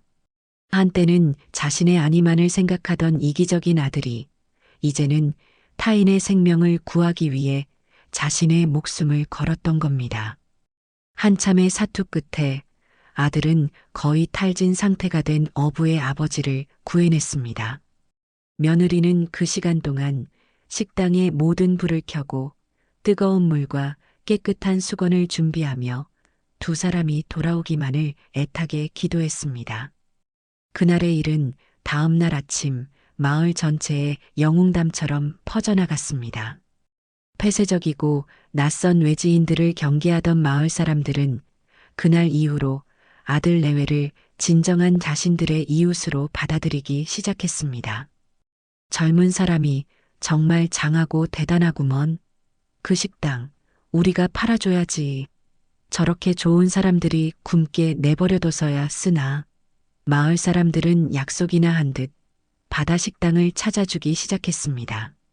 그들의 음식은 화려하지는 않았지만 정직하고 진심이 담겨 있었습니다. 며느리가 끓여내는 뜨끈한 매운탕은 거친 바다 일을 하는 어부들의 속을 달래주었고, 아들이 구워내는 고소한 생선구이는 마을 아이들의 최고의 밥 반찬이 되었습니다. 겨울이 되자 바다 식당은 마을 사람들이 없어서는 안 될 작고 따뜻한 사랑방이 되어 있었습니다. 비서실장이 제게 가져온 마지막 보고서에는 하얀 눈이 소복이 쌓인 식당의 풍경 사진이 담겨 있었습니다. 식당의 창문 너머로 마을 사람들과 아들 내외가 한데 어우러져 환하게 웃으며 이야기꽃을 피우는 모습이 보였습니다. 그들의 얼굴에는 더 이상 과거의 탐욕과 절망의 그림자는 찾아볼 수 없었습니다. 대신 정직한 땀으로 하루를 살아낸 사람만이 가질 수 있는 건강하고 평온한 미소가 가득했습니다. 보고서의 마지막 장에는 비서실장의 짧은 소견이 적혀 있었습니다. 회장님, 그들은 시험에 통과했습니다. 돈을 많이 벌어서가 아니라 비로소 진짜 사람이 되었기 때문입니다. 저는 그 사진을 한참 동안이나 말없이 들여다보다 저도 모르게 뜨거운 눈물 한 방울을 사진 위로 떨어뜨리고 말았습니다. 1년이라는 약속의 시간이 어느덧 하루 앞으로 다가왔습니다. 저는 지난 1년 동안 단 한 번도 그 바닷가 마을을 찾지 않았습니다. 그저 매주 제 책상 위에 올라오는 두툼한 보고서를 통해 그들의 혹독하고도 위대한 시간을 묵묵히 지켜볼 뿐이었습니다. 이제 제가 직접 그 결과를 확인하러 갈 시간이었습니다. 저는 다음 날 새벽 그 누구에게도 알리지 않고 홀로 회사 건물 지하 주차장으로 내려갔습니다. 비서실장이 미리 준비해둔 번호판도 없는 평범한 국산차에 제가 직접 올랐습니다. 최 실장, 오늘 하루는 나를 찾지 마시오. 회장 고순이가 아니라 늙은 할미 고순이로 다녀올 테니. 제 말에 최 실장은 아무것도 묻지 않고 그저 깊이 허리를 숙여 제 여행의 안녕을 빌어주었습니다. 서울을 벗어나 동해로 향하는 길은 1년 전과는 너무나도 다른 느낌이었습니다. 1년 전 제가 이 길을 달릴 때는 세상에 대한 원망과 배신감, 그리고 막막한 두려움으로 가득했었죠. 하지만 지금 제 마음은 잔잔한 파도처럼 평온하고 가을 하늘처럼 맑고 투명했습니다. 지난 1년 동안 변한 것은 아들 내외뿐만이 아니었습니다. 저 역시 회장이라는 무거운 감투 속에서 용서와 사랑의 진짜 의미를 배우고 제 자신을 더욱 단단하게 만들어가고 있었던 겁니다. 몇 시간을 달려 마침내 익숙한 바다 냄새가 코끝을 스치는 그 마을에 도착했습니다. 저는 마을 입구에 공터에 차를 세우고 제 이름으로 된 번쩍이는 명품 옷 대신 제가 서울을 떠나올 때 입었던 낡고 편안한 시장 옷으로 갈아입었습니다. 그리고는 천천히, 아주 천천히 그들의 식당을 향해 걸어갔습니다. 제 심장은 제 의지와는 상관없이 세차게 뛰고 있었습니다. 그들은 정말로 변했을까? 나를 어떤 얼굴로 마주할까? 수만 가지의 생각이 제 머릿속을 스쳐 지나갔습니다. 식당은 멀리서도 찾을 수 있었습니다. 제가 기억하던 폐가가 아니라 작지만 정갈하고 따뜻한 온기가 흘러나오는 진짜 가게가 되어 있었으니까요. 저는 길 건너편의 낡은 정자 아래에 숨어 한참 동안 그들의 모습을 훔쳐보았습니다. 점심시간이 되자 식당 안은 마을 사람들로 금세 가득 찼습니다. 제 며느리는 이마에 땀이 송골송골 맺힌 채 손님들 사이를 바쁘게 오가며 주문을 받고 음식을 날랐습니다. 그녀의 얼굴에는 예전의 날카롭고 이기적인 표정 대신 손님을 향한 진심 어린 미소가 걸려 있었어요. 주방 안에서는 제 아들이 묵묵히 불 앞에서 생선을 굽고 탕을 끓이고 있었습니다. 그의 등은 예전보다 훨씬 넓고 단단해 보였고 그의 손놀림은 정직한 노동으로 다져진 장인의 손길처럼 능숙하고 진지했습니다. 저는 그들의 모습을 보며 저도 모르게 입가에 희미한 미소를 띄었습니다. 한참을 그렇게 지켜보다 저는 마침내 큰 숨을 한번 들이쉬고 길을 건넜습니다.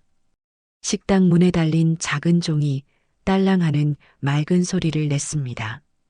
테이블을 닦고 있던 며느리가 반사적으로 고개를 들어 저를 보았습니다. 어서 오세. 그녀의 인사말은 끝을 맺지 못했습니다. 저를 발견한 그녀의 눈이 세상에서 가장 큰 충격을 받은 사람처럼 믿을 수 없다는 듯이 커졌습니다. 그녀의 손에서 힘없이 빠져나간 마른 행주가 바닥으로 툭 떨어졌습니다. 주방에서 무슨 일이야? 라며 앞치마에 손을 닦으며 나온 아들 역시 문 앞에 서 있는 저를 보고는 그 자리에 돌처럼 굳어버렸습니다. 그의 손에서 떨어져 나간 국자가 쨍그랑 하는 날카로운 소리를 내며 바닥을 굴렀습니다. 시끄럽던 식당 안의 모든 소음이 순간 거짓말처럼 멎었습니다. 모든 손님들의 시선이 저와 그리고 아들 내외에게로 향했습니다. 저는 그 모든 시선을 아무렇지 않게 받아내며 천천히 식당 안으로 들어섰습니다. 그리고는 가장 안쪽에 비어있는 테이블에 자리를 잡고 앉았어요.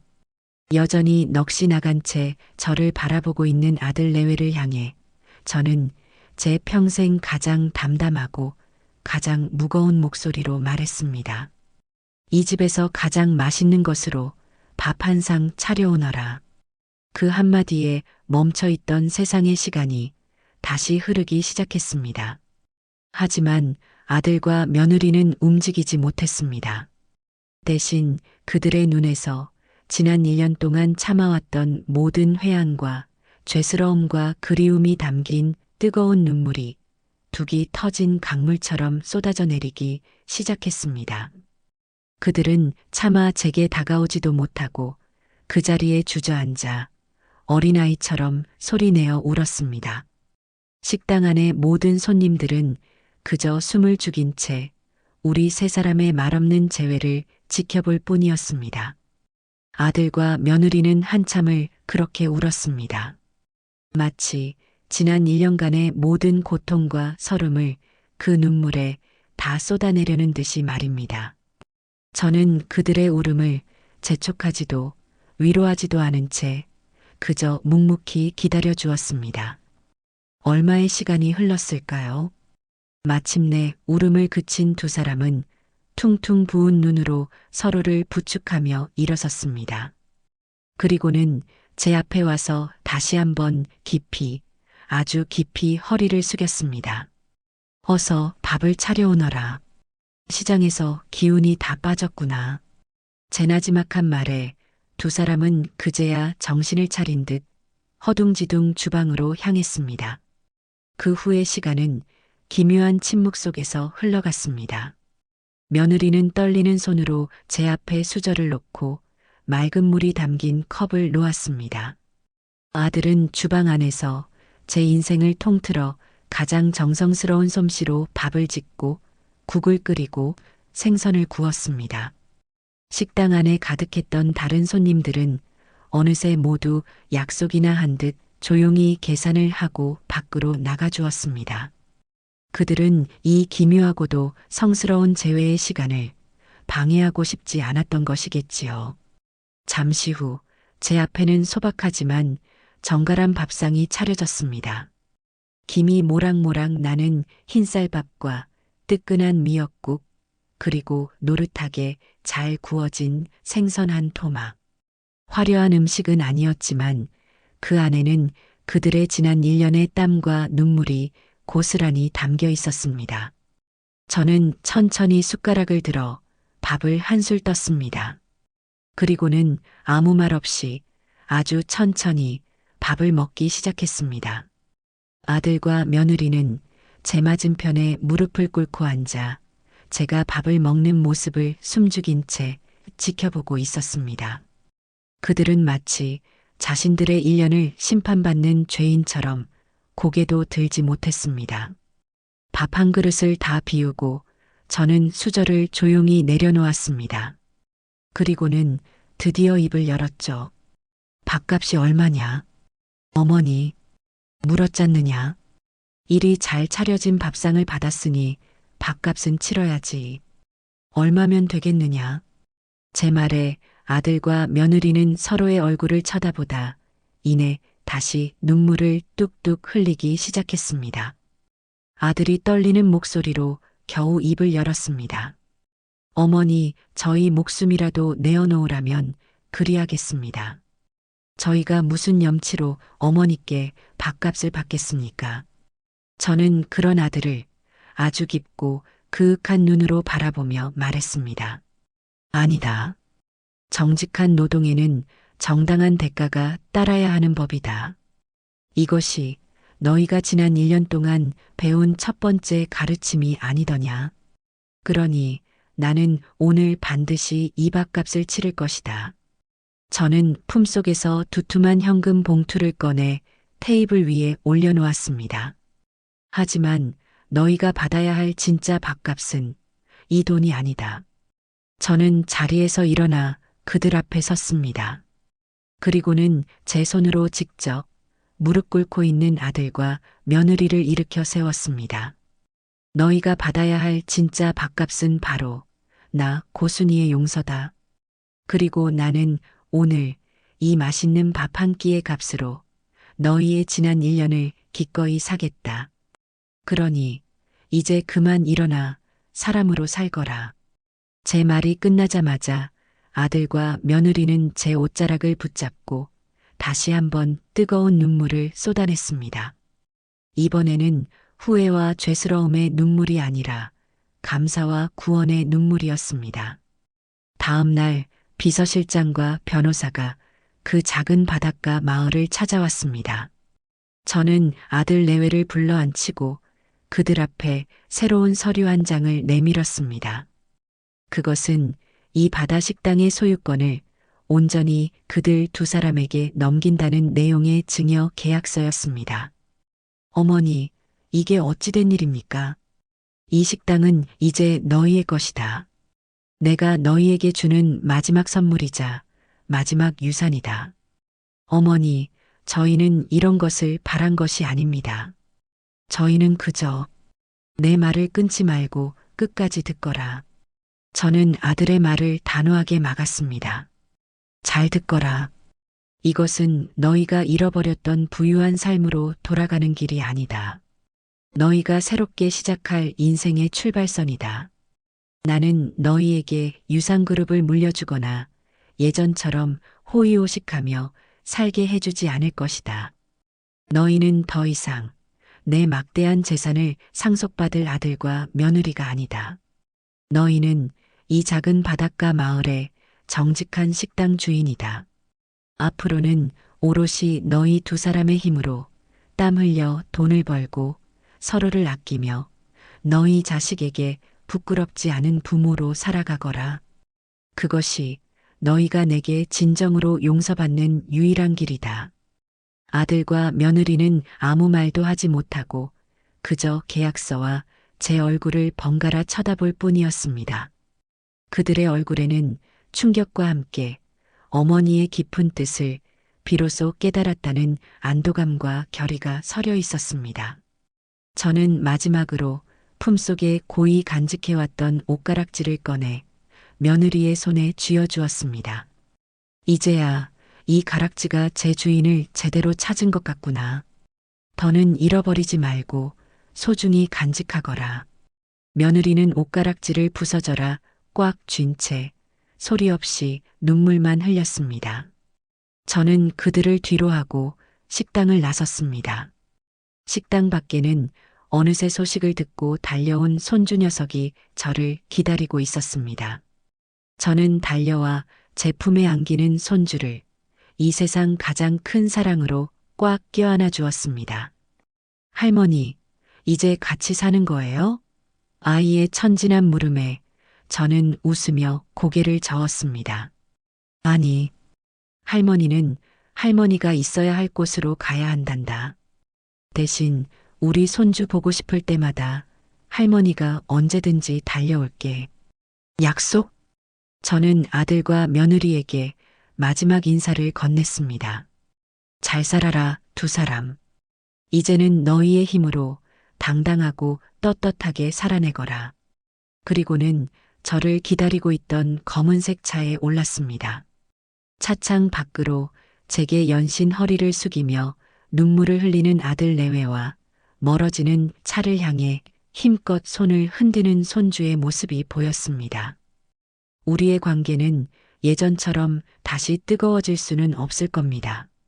하지만 이제는 서로를 멀리서 존중하고 응원하는 이전보다 훨씬 더 건강하고 단단한 관계로 다시 태어난 것이었습니다.